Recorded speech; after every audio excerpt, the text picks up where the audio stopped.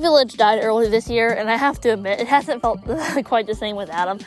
I know a lot of people agree with me on the sentiment.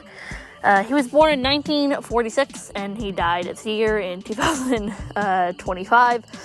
Obviously, he's a lot older than me, so he's always kind of been in the background of my life. I've always been aware of his films to a certain degree. I watched Eraserhead when I was very young, actually. And in my very late teens, I got more acquainted with most of his work. And I've been overall very interested in a lot of the stuff he's done. I've engaged with almost all things he's made. Not quite everything, though. And I'm sure there's a lot more out there to discover. And I'm sure a lot of you, like I said, can agree with me that it doesn't feel quite the same since he's been gone. I never quite experienced celebrity death that's really meant anything to me. Something really special about David Lynch that other people didn't have. So I'd like to go over some of his things, his works, not in any order or in what I think is most special, but maybe some stuff people don't usually talk about. First, I would like to talk about his paintings. His paintings are very interesting and unique. They have this weird, fucked up look to them. I will admit, I don't usually fuck with artists of this style, but I have to admit, it's very interesting. Kind of reminds me of 3D works in some weird sort of way. Maybe think of like Crazy Pizza Land or something like that. I don't remember exactly what. It kind of goes into his photography, but I know even less about his photography. I haven't checked out his photography very much. I know about the cow incident, but yeah, pretty interesting. I didn't really know what to make of that, but all that definitely goes in together. Maybe you can learn a little bit more from his paintings and his photography from his book Catching the Big Fish. I've never read it, but I really need to. But I've seen many quotes from it. You know, the quotes from those books get passed around a lot, mainly because he bestows a lot of wisdom. I've basically watched every David Lynch interview there is to watch. It kind of seems like that book has a lot of those personal opinions in there. You know, about the whole how to get ideas and transcendental meditation and all that interesting stuff he always likes to talk about, and clearly meant a lot to him. Definitely one of my favorite short films, or films, I can just say, of his whole collection to me is Rabbits. Fingers. This weird, messed up film about, like, basically people in rabbit suits, which I'm pretty sure it's actually filmed in a backyard with a fake house. It's kind of like weird because all the text in the film is sort of out of order. I always wanted to rearrange this order into a coherent story, but I've never done this. Smoke. Might be a video for another day. Oil, but I've always thought, out of the whole category of, let's say, weird art house films, Rabbits has got to be one of the most interesting ones, for sure. And it kind of ties back to his paintings when it comes to his unique brand of surrealism. He really is the American surrealist, in my opinion. He's like really the only American surrealist I can immediately think of that, let's say, chucks and fucks. Okay, let's admit, like David Lynch chucks and fucks. And Rabbits, and his paintings in general, are definitely an interesting observation, let's say for that. Including also his mini-series On the Air. A lot of people shit talk On the Air for being kind of weird and maybe not the funniest thing in the world. I think it might have had some complications, which made the whole thing come out a little strange. But I would be kind of interested to know if someone who watches out of context, if they would be aware that David Lynch made this or not. It's like simultaneously so not what you think of David Lynch, and also so David Lynch. It's kind of like a David Lynch movie without any freaky or strange elements, you know? And that kind of goes back into a film that I think is really, really misunderstood, and that's The Straight Story. Everyone really talks about this like it's the weird David Lynch film because it doesn't have any horror in it.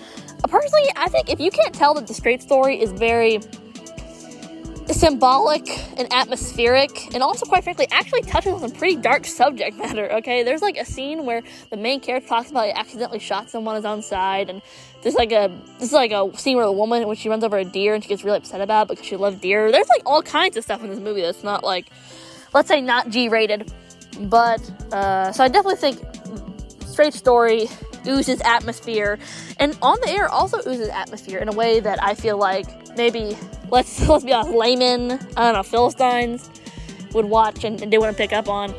No offense if you didn't fuck with On the Air or The Straight Story. I'm just giving my personal opinion, no hate. Gotta admit, one of my I'm really into his more obscure work in a weird sort of way. Obviously, like stuff like Blue Velvet and Twin Peaks and Fire Walk with Me, and the movie adaptation of, well, not adaptation, but a continuation of Twin Peaks is, obviously they're well known and great. But I really mess with his lesser known stuff, and I really enjoy his short comic strip, or whatever you want to call it, The Angriest Dog in the World. It's like so grim. It's like so messed up. It's like kind of Facebook worthy. Okay, it belongs on Facebook. It feels kind of like a sister companion to his animated short series Dumbland. Dumbland truly is dumb. Okay, it's like full on Newgrounds shitpost. It's actually kind of crazy how much how an older guy at that point, and obviously he died recently, an older guy like David Lynch could sort of get the zeitgeist of that kind of era. I'm not saying he was trying to make a Newgrounds thing. I'm not entirely sure when Dumbland was made. I believe the 2000s, late maybe. I'm not really sure. Obviously, I wasn't exactly aware of David Lynch happenings that moment because I was born in 2004. But Dumbland is truly retarded, and there's like, same with The Angriest Dog in the World. There's some really dark yet absolutely hilarious comedy. I would definitely say the comedy probably slaps a little more than On the Air, but it's got a different thing going on. Like, Angriest Dog in the World and especially Dumbland are a lot more offensive, let's say. A little more, how you say, punch you in the face and kick you in the balls. It's kind of shocking that a guy who can make Dumbland and The Angriest Dog in the World can also make critically acclaimed, serious, and quite frankly, very respectable films like Blue Velvet, which, you know, obviously deal with abuse and overly sexualized people, let's say, and violence and romanticization of violence. And I'd definitely say Blue Velvet kind of gets the violence in the sense that at first you might be interested in the graphic things you see, but as it goes on, you're like, I don't like these fucking evil people, and I really want good things to happen. And I really like the fact that Blue Velvet is the only film I can think of that has like sex scenes that are unnecessary. Because basically all movies that have a sex scene is like totally unnecessary. Blue Velvet is literally the only movie I can think of that has a necessary sex scene. Which, good for Blue Velvet.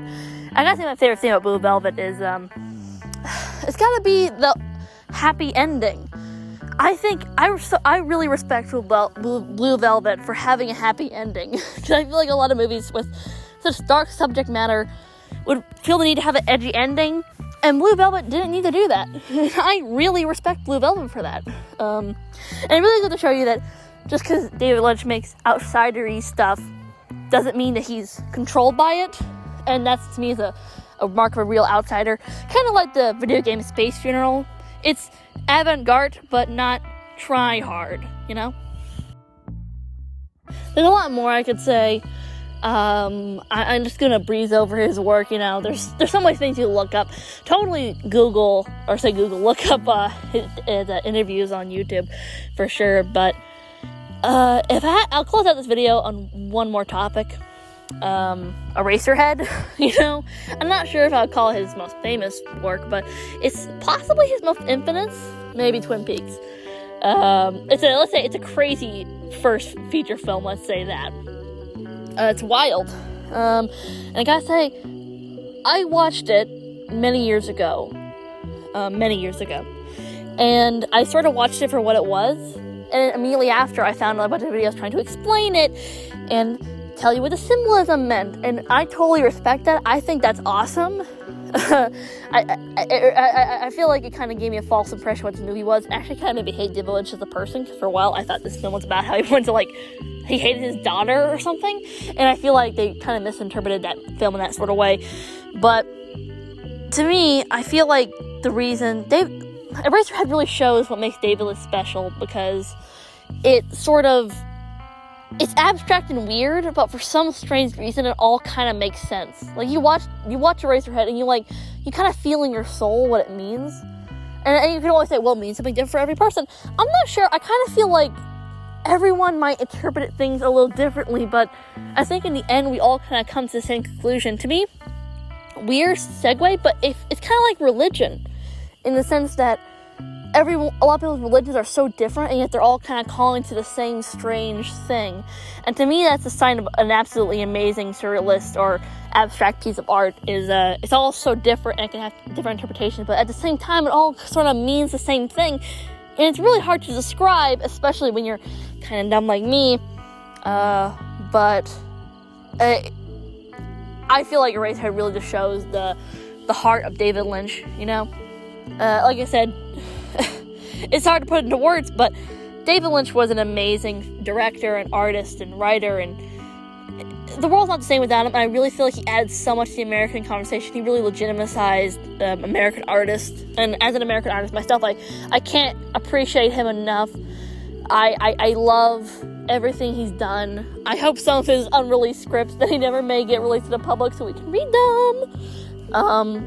He was such a treasure. I hope wherever he is, he's in peace, and I hope he's happy with his life, because I know that I'm so glad he was here, and he added so much to the conversation. So, you know, thank you for watching this video and hearing about a little bit about David Lynch, and please go look up more interesting art, and long live Eraserhead.